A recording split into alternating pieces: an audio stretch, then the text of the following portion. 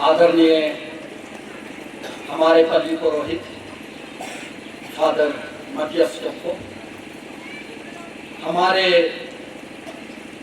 अन्य फादरगण,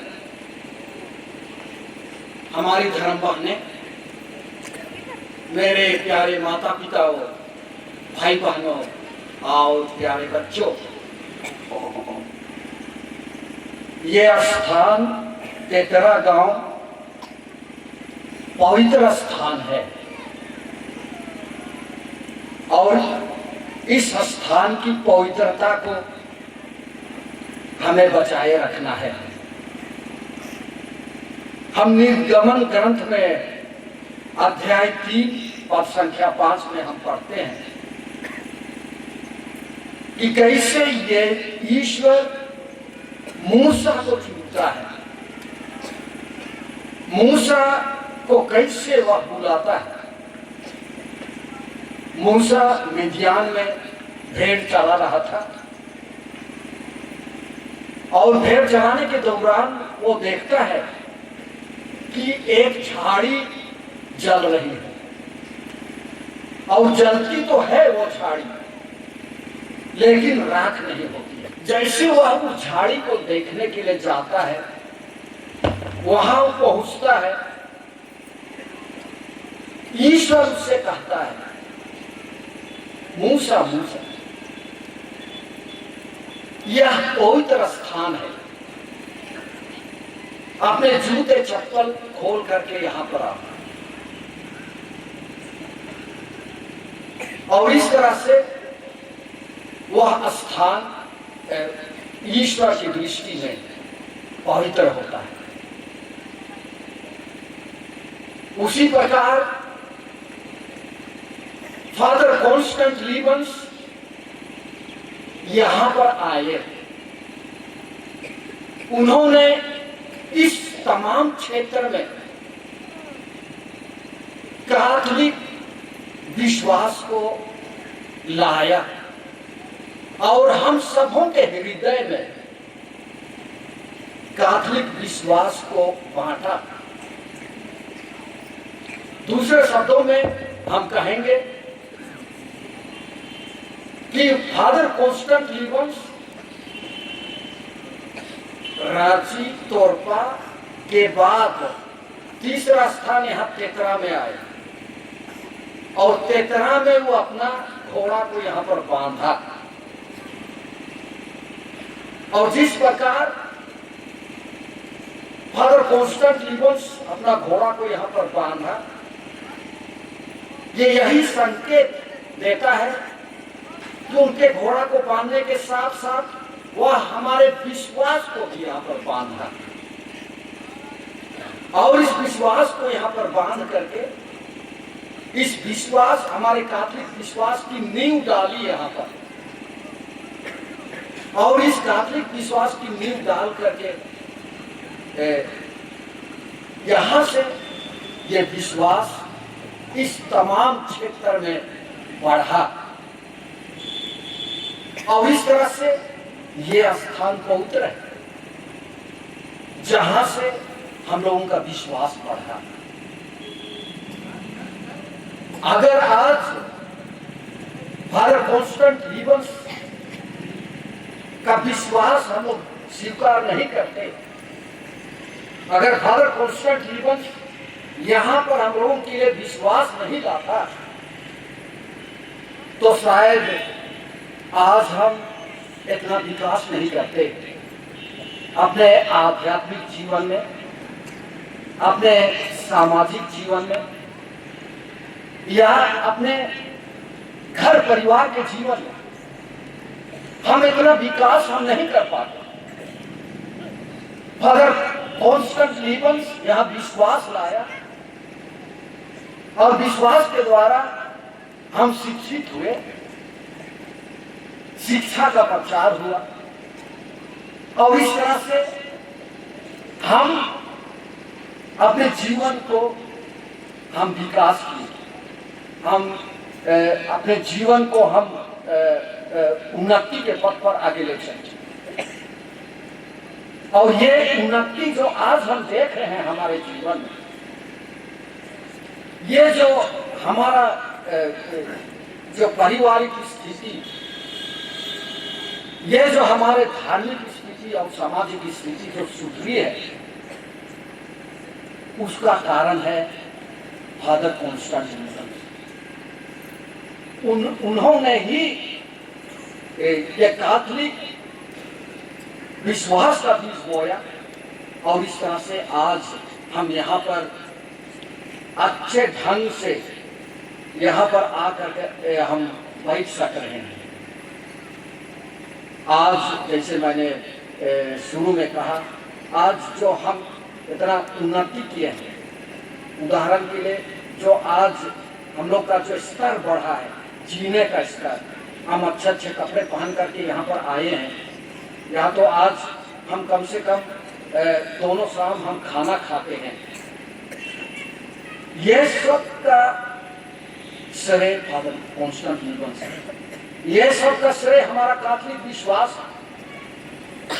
आप लोग दूसरों को देखिए, उनकी स्थिति क्या है और हमारी स्थिति क्या है, दोनों में बहुत अंतर है। जो भी हमारे घर में प्रवेश करते हैं, हमारे घर को ही देख करके वे पहचान जाते हैं कि ये कैथोलिक परिवार है। हमारे चाल व्यवहार, हमारे बोली वचन को सुन करके लोग पहचान जाते हैं कि ये कैथोलिक है और ये अच्छा आदमी है, ये दूसरों से लड़ाई झगड़ा करने वाला व्यक्ति नहीं है, ये दूसरों के प्रति ईर्ष्या द्वेष करने वाला व्यक्ति नहीं है, ये अच्छा व्यक्ति है। ये सब अच्छाई कहाँ से आई? ये सब अच्छाई हमारे फादर कॉन्स्टेंटाइन ने आज यहाँ पर हम लोग के बीच में लाया और ये अच्छाई हमारे कैथोलिक विश्वास के द्वारा आया है। अगर हम आज कैथोलिक विश्वास में हम आगे नहीं बढ़ते तो हम इतना विकास हम नहीं कर पाते। तो आज हम ईश्वर को हम विशेष रूप से हम धन्यवाद देंगे हमारे विश्वास की। शायद कभी कभी हमें लगता होगा कि हमारा जीवन ऐसा ही चल रहा है, लेकिन आप थोड़ा सा आज गौर करके देखिए अपने जीवन में, हम लोग कहां से कहां तक आ गए हैं, कैसे हम लोग का विकास हुआ है, कैसे हम सबों का उन्नति हुई है, ये क्यों हुआ, कैसे हुआ? एक ही उत्तर है इसका और वो है हमारा कैथोलिक विश्वास। हमारा कैथोलिक विश्वास के द्वारा हम इस स्तर पर हम पहुंच पाए और इस तरह से फादर कॉन्स्टेंटाइन हम लोगों को हर प्रकार की बुराई से भी बचाए। जैसे हम उसके जीवन को हम पढ़ते हैं और मिसा के शुरू में उसके जीवन और उसके काम को पढ़ा गया, उसमें हम लोगों ने यही सुना कि किस प्रकार हम लोगों के ऊपर शोषण होता था, हम लोगों के ऊपर अत्याचार होता था, हम लोगों को सताया जाता था। जब फादर कॉन्स्टेंटाइन आए, उन्होंने इस शोषण को हमारे समाज से मिटा दिया। उन्होंने हम पर जो अत्याचार हो रहा था उसके विरुद्ध में वो लड़ा। हम पर जो शोषण किया जा रहा था उसके विरुद्ध में उन्होंने आवाज उठाई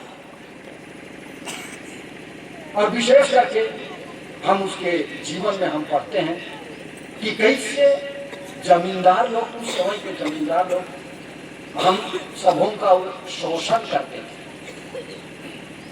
आज हम लोग के पास जमीन है, हम लोग के पास घर द्वार है, इसका श्रेय फादर कॉन्स्टेंटाइन से। उन्होंने हमें जमींदारों के चंगुल से हमें छुड़ाया और हमारा अधिकार दिया हमारा अधिकार जो जमीन पर था वो अधिकार हमें दिया। और यही कारण है कि आज हम कह सकते हैं कि आज ये हमारा जमीन है, ये हमारा हिस्सा। पहले ये सब क्षेत्र जमींदारों के हाथ में था और हम जमींदारों के चंगुल में थे, उनके गुलामी थी। लेकिन कॉन्स्टेंटिनोपल हमें जमींदारों के चंगुल से छुड़ाया और हमारी जमीन को वो दिलवाया उनसे लड़कर। और इस तरह से आज हम अपने जमीन के हकदार हुए हैं। और इसके लिए हम ईश्वर को धन्यवाद देंगे और विशेष करके फादर कॉन्स्टेंटिनोपल को आज हम ईश्वर के माध्यम से उसे धन्यवाद देंगे, जिन्होंने हमें जीने के लिए साधन दिया, जमीन जायदाद दिया। और इस तरह से आज हम अपना अधिकार को हम पहचाने और उस अधिकार के अनुसार हम जिए हैं। आज विश्वास का दिन है। आज पहले पाठ में हम लोगों ने सुना कि कैसे ईश्वर अब्राहम के विश्वास की परीक्षा लेता है। उसका एकमात्र पुत्र था इसहाक, और ईश्वर उसको कहता है कि उसको बलिदान चढ़ा। जैसे हम जानते हैं पुराने जमाने में बलिदान चढ़ाने का रीति रिवाज था। वे जानवरों का बलिदान चढ़ाते थे। और अभी नए देवस्थान में हम यीशु ख्रिस्त के आदर में हम नए देवस्थान का बलिदान हम चढ़ाते हैं। रोटी और दाखरस के रूप में हम ईश्वर को हम बलिदान चढ़ाते हैं। तो ईश्वर अब्राहम को अपने बेटे का बलिदान चढ़ाने के लिए कहता है। उसका एकमात्र बेटा था और वही उसके परिवार का एकमात्र आशा था। और अभी अगर अब्राहम अपने बेटे को बलिदान चढ़ा देगा तो उसका वंशज खत्म हो जाएगा। लेकिन फिर भी अब्राहम ईश्वर पर विश्वास करता है, ईश्वर पर भरोसा रखता है। और देखिए ईश्वर अब्राहम को आशीष और कृपा से भर देता है और उसको संतान देता है। और वही कारण है कि उनके संतान दुनिया भर में फैल जाते हैं। ये ईश्वर की कृपा है। और इस तरह से यदि हम ईश्वर में विश्वास करेंगे, ईश्वर हमें आशीष की कृपा बरसाएगा। और दूसरे पाठ में हम लोगों ने सुना संत पौलुस हमें कहते हैं यदि ईश्वर हम लोगों के साथ है तो कोई भी हमारा विरोधी नहीं हो सकता है। यदि ईश्वर हम लोग के साथ है तो कोई भी हमें बिगाड़ नहीं सकता, कोई भी हम लोगों का विरोधी नहीं हो सकता। हम फादर कॉन्स्टेंटिनोपल के जीवन को हम जानते हैं कि कैसे उसका जीवन कठिनाई से बीता। जब वह हमारे खातिर जो हमारे साथ जो अत्याचार हो रहा था, जो शोषण हो रहा था, जमींदारों की जो पेट बिगाड़े हम लोग के ऊपर चल रहे थे, जब वो उसको खत्म करने की सोचा तो लोग उसके दुश्मन बन गए और उसको वे लोग खत्म कर देना चाहते। लेकिन जैसे संत पौलुस कहता है, जो यदि ईश्वर हम लोग के साथ है तो कोई भी हम लोगों का कोई भी बिगाड़ नहीं सकते। यही कारण हुआ कि फादर कॉन्स्टेंट लीबन्स ईश्वर पर पक्का विश्वास करता था और वही विश्वास, ईश्वर पर विश्वास भी उसको बचाया। और इस तरह से ईश्वर पर विश्वास उनको कोई भी किसी भी प्रकार का कठिनाई और किसी प्रकार का समस्या होने नहीं। तो यही विश्वास आज हम प्रत्येक जन को अपने हृदय में संजो कर रखना होगा। यदि यही हम लोग का विश्वास है, ईश्वर में यही पक्का विश्वास है। यदि हम ईश्वर में हम पक्का विश्वास हम करते हैं तो कोई भी कठिनाइयां हम लोग के जीवन में नहीं आएगी, कोई भी समस्या हम लोग के जीवन में नहीं आएगी, कोई भी हम पर अत्याचार नहीं कर पाएगा, कोई भी हमारा शोषण नहीं कर पाएगा, कोई भी हमें मार डाल नहीं पाएगा। तो फादर कॉन्स्टेंट लीबन्स आज हमें यही शिक्षा दे रहे हैं कि हम जो कैथोलिक विश्वास हम पाए हैं उस विश्वास को हम आज हम पक्का करें और उसके अनुसार हम जिए। अगर हम उसके अनुसार जिएंगे तो हमें किसी भी प्रकार की तकलीफ और किसी भी प्रकार की कठिनाइयां नहीं होंगी। सुसमाचार में आज हम लोग यीशु के रूपांतरण के बारे में हम सुनते हैं और यही है विश्वास। आज चेले लोग ईश्वर पर पक्का विश्वास करते हैं। आज वे लोग जान जाते हैं कि ये यीशु ईश्वर का पुत्र है, ये ईश्वर का पुत्र है, ईश्वर का तत्व है। आज वे लोग जान जाते हैं क्योंकि ईश्वर आज अपनी ईश्वरता को वो उनके सामने और हम सबों के सामने प्रकट करता है।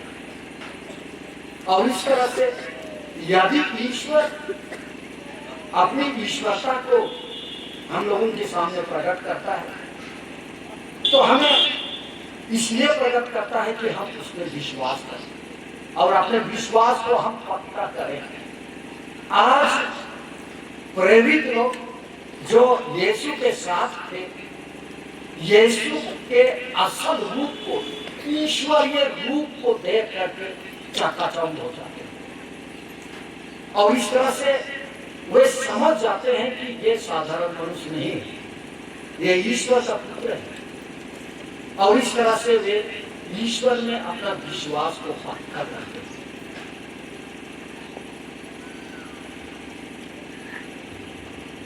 हमारे फादर कॉन्स्टेंट लीबन्स को एक बहुत बड़ा मिशनरी कहा जाता है। फादर कॉन्स्टेंट लीबन्स एक बहुत बड़ा मिशनरी थे। मिशनरी का मतलब यह है कि वे लोग अपना गांव घर देश दुनिया छोड़ करके वे दूसरों के पास जाते हैं और वहां जा करके वे ईश्वरीय राज को वे लोग फैलाते हैं। कॉन्स्टेंट लीबन्स बेल्जियम से आया हम लोगों के पास एक मिशनरी बन करके और यहाँ पर हम लोगों के बीच में विश्वास का बीज बोया, हम लोगों के बीच में मिशनरी का काम किया। प्यारे भाई और बहनों, इस नए देवस्थान में हम सभी मिशनरी हैं। बपतिस्मा के द्वारा हम सभी मिशनरी हैं और हम सबों को एक मिशनरी के रूप में एक मिशनरी जीवन जीना है।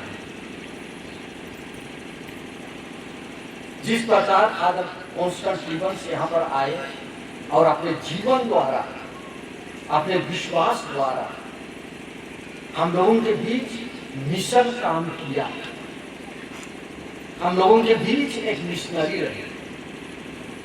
उसी प्रकार आज हम प्रत्येक जन फादर लीबन्स की तरह बपतिस्मा के द्वारा एक मिशनरी है। और इस तरह से हम लोगों को बपतिस्मा में 3 अधिकार दिया जाता है, राजा का अधिकार, पुरोहित का अधिकार और नबी का अधिकार। नबी का काम है नबूवत करना, यीशु के सुसमाचार का प्रचार करना, जैसे कॉन्स्टेंटिनोस ने किया। एक पुरोहित का काम है, सबसे पहला काम एक पुरोहित का है लोगों को पवित्र करना। और फादर कॉन्स्टेंटिनोस आ करके हम सबों को पवित्र किया अपने पुरोहिताभिषेक के द्वारा, अपने पुरोहिताई के द्वारा हम सबों को पवित्र किया। और राजा का काम है अपनी प्रजा की रक्षा करना। कॉन्स्टेंटिनोस हम सबों को अपनी प्रजा समझे, हम लोगों को अपना आदमी समझे, और इस तरह से हम लोगों की रक्षा उन्होंने की। आध्यात्मिक रक्षा, शैतान के चंगुल से उन्होंने हमें बचाया। आप लोग जानते हैं यहाँ पर हम लोग के बीच में जादू टोना की प्रथा था, और जैसे हम लोग का कैथोलिक धर्म आया यहाँ पर, जैसे कॉन्स्टेंटिनोस ने हमारे बीच विश्वास लाया, ये जादू टोना और ये जो भूत में जो हम लोग विश्वास करते थे वो हम लोगों के बीच खत्म हो गया। और इस तरह से उन्होंने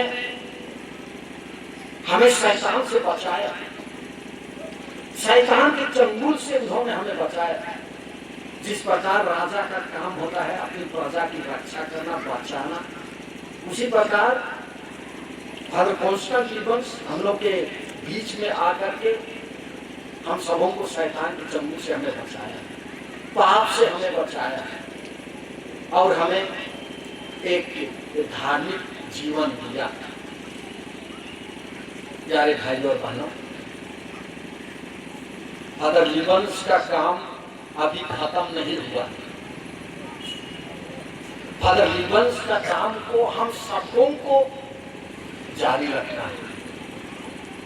जैसे मैंने बतलाया, बपतिस्मा के द्वारा हम सभी मिशनरी हैं, और इस तरह से फादर कॉन्स्टेंटिनोस जो मिशनरी का काम हम लोगों के बीच में हम लोगों के साथ हम लोग के बीच में जो छोड़ा मिशनरी का काम, उसको हम लोगों को जारी रखना है। जिस प्रकार फादर कॉन्स्टेंटिनोस एक अच्छा कैथोलिक जीवन बिता करके हमें एक अच्छा उदाहरण, एक अच्छा कैथोलिक का उदाहरण दिया, उसी प्रकार हम प्रत्येक जन को मिशनरी होने के चलते हमें एक अच्छा कैथोलिक जीवन बिताना होगा। यही मिशनरी का काम है। अभी सबको आप लोग बाइबल पकड़ करके मिशनरी लोग के जैसे आप लोग घर घर घूम नहीं पाइए, और वैसे हम लोग को घूमना भी नहीं है। हमें अपने वचनों के द्वारा, अपने कामों के द्वारा और अपने अच्छे उदाहरणों के द्वारा मिशन काम करना है लोगों के सामने, लोगों के बीच में। यदि हमारा बोली वचन लोगों के बीच में अच्छा हो, यदि हमारा व्यवहार लोगों के साथ अच्छा हो, यदि हम अच्छा काम करेंगे, प्यारे भाइयों बहनों, यही है मिशनरी काम। और यही काम को हमें आगे बढ़ाना है। हमें ईश्वरीय प्रेम को हमें बांटना है। जिस प्रकार फादर लीबन्स ईश्वरीय प्रेम को हमें बांटा हम लोगों के बीच में, और ईश्वर के प्रेम को हम लोगों के बीच में फैलाया। उसी प्रकार हमें भी ईश्वरीय प्रेम को हमें बांटना है। यही है मिशनरी का काम। हमें अपने बोली वचन और बात व्यवहार के द्वारा हमें ऐसे दिखा देना है कि हम एक मिशनरी हैं, कॉन्स्टेंट लीबर्स के जैसा एक मिशनरी है। और यदि हम ऐसा कर पाएंगे तो यही है मिशनरी काम। और यही काम यीशु ख्रीस्त हमें बपतिस्मा के द्वारा हमें सौंपा है कि हम लोगों के साथ हम अच्छा बात करें, लोगों के साथ हम अच्छा व्यवहार करें, लोगों के बीच में हम अच्छा काम करें। यही है मिशनरी काम। और यही है हमारे कैथोलिक धर्म की बुनियाद कि हम अच्छा बने, और इस तरह से लोगों को भी हम अच्छा बनने के लिए हम उदाहरण पेश करें, अच्छा बनने के लिए हम उनको प्रोत्साहित करें, अच्छा बनने के लिए हम उनकी सहायता करें। मिशनरी का काम है सुसमाचार का गवाह। हम अच्छे बोली वचन और बात व्यवहार और काम के द्वारा हम सुसमाचार का गवाह बने। जिस प्रकार सुसमाचार हमें एक अच्छा व्यक्ति बनने के लिए सिखाता है, ईश्वर का वचन हमें अच्छा बनने के लिए सिखाता है, उसी प्रकार हम भी अच्छा बने। और इस तरह से हम अच्छा कैथोलिक बन करके हम सुसमाचार का प्रचार कर सकते हैं, अपने अच्छे व्यवहार के द्वारा, अपने अच्छे कामों के द्वारा, अपने अच्छे बोली वचन के द्वारा। तो प्यारे भाइयों और बहनों, आइए फादर कॉन्स्टेंट लीबर्स हम लोगों के लिए मिशनरी का बीज बो करके चला गया, और इस मिशनरी का बीज को बढ़ाना और आगे ले चलना, ये हम लोगों का काम है। आज फादर कॉन्स्टेंट लीबर्स हम लोगों को यही उत्तरदायित्व हम लोगों को दे रहा है, और यही कह रहा है कि हम सभी मिशनरी हैं, और इस तरह से हम सबों को एक मिशनरी का काम करना होगा। अच्छा बन करके, अच्छा कैथोलिक बन करके, अपने अच्छे व्यवहार के द्वारा, अपने अच्छे कामों के द्वारा, अपने अच्छे बोली वचन के द्वारा। तो आइए आज हम इस फादर कॉन्स्टेंट लीबर्स द्वारा बोया गया इस मिशनरी काम को हम आगे बढ़ाएं, और इसके लिए आज हम ईश्वर से हम विशेष विनती और अर्जी हम करें कि ईश्वर हमारी बुलाहट को समझने में मदद करे। हमारी बुलाहट मिशनरी का बुलाहट, बपतिस्मा के द्वारा ये बुलाहट हम लोग को मिली है, और इसको हम लोगों को जारी रखना है अपने बीच में। तो आइए इसके लिए आज ईश्वर से हम आशीष और कृपा मांगे कि ईश्वर हमारे विश्वास को मजबूत बना दे, और हम अपने विश्वास में मजबूत रह करके हम अपने आध्यात्मिक जीवन में हम आगे बढ़ सकें। तो आइए इसके लिए आज हम ईश्वर से हम विशेष विनती और अर्जी हम करें। पिता और पुत्र